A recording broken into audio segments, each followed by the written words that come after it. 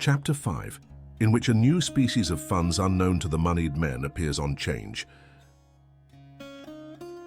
Phileas Fogg rightly suspected that his departure from London would create a lively sensation at the West End. The news of the bet spread through the Reform Club and afforded an exciting topic of conversation to its members. From the club, it soon got into the papers throughout England. The boasted tour of the world was talked about, disputed, argued with as much warmth as if the subject were another Alabama claim. Some took sides with Phileas Fogg, but the large majority shook their heads and declared against him. It was absurd, impossible, they declared, that the tour of the world could be made, except theoretically and on paper, in this minimum of time and with the existing means of traveling. The Times, Standard, Morning Post and Daily News, and 20 other highly respectable newspapers scouted Mr. Fogg's project as madness. The Daily Telegraph alone hesitatingly supported him. People in general thought him a lunatic and blamed his Reform Club friends for having accepted a wager which betrayed the mental aberration of its proposer. Articles no less passionate than logical appeared on the question, for geography is one of the pet subjects of the English, and the columns devoted to Phileas Fogg's venture were eagerly devoured by all classes of readers. At first, some rash individuals, principally of the gentler sex, espoused his cause, which became still more popular when the Illustrated London News came out with his portrait, copied from a photograph in the Reform Club. A few readers of the Daily Telegraph even dared to say, why not after all? Stranger things have come to pass. At last, a long article appeared on the 7th of October in the Bulletin of the Royal Geographical Society, which treated the question from every point of view and demonstrated the utter folly of the enterprise. Everything, it said, was against the travellers, every obstacle imposed alike by man and by nature. A miraculous agreement of the times of departure and arrival, which was impossible, was absolutely necessary to his success. He might perhaps reckon on the arrival of trains at the designated hours in Europe, where the distances were relatively moderate, but when he calculated upon crossing India in 3 days and the United States in 7, could he rely beyond misgiving upon accomplishing his task? There were accidents to machinery, the liability of trains to run off the line, collisions, bad weather, the blocking up by snow. Were not all these against Phileas Fogg? Would he not find himself, when travelling by steamer in winter, at the mercy of the winds and fogs? Is it uncommon for the best ocean steamers to be 2 or 3 days behind time?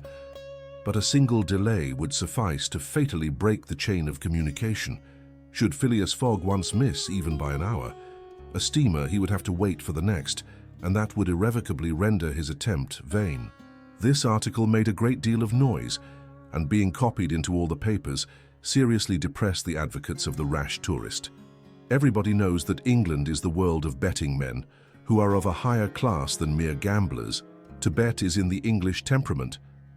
Not only the members of the Reform, but the general public, made heavy wagers for or against Phileas Fogg, who was set down in the betting books as if he were a racehorse. Bonds were issued and made their appearance on 'Change. Phileas Fogg bonds were offered at par or at a premium, and a great business was done in them. But 5 days after the article in the Bulletin of the Geographical Society appeared, the demand began to subside. Phileas Fogg declined.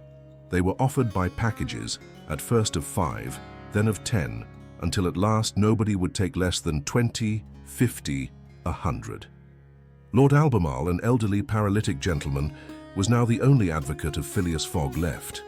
This noble lord, who was fastened to his chair, would have given his fortune to be able to make the tour of the world if it took 10 years, and he bet £5,000 on Phileas Fogg. When the folly as well as the uselessness of the adventure was pointed out to him, he contented himself with replying, "If the thing is feasible, the first to do it ought to be an Englishman." The Fogg party dwindled more and more. Everybody was going against him, and the bets stood 150 and 200 to 1. And a week after his departure, an incident occurred which deprived him of backers at any price. The Commissioner of Police was sitting in his office at 9 o'clock one evening when the following telegraphic dispatch was put into his hands. Suez to London.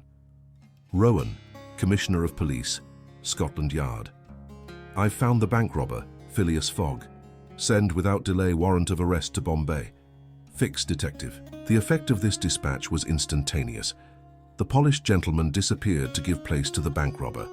His photograph, which was hung with those of the rest of the members at the Reform Club, was minutely examined, and it betrayed, feature by feature, the description of the robber which had been provided to the police.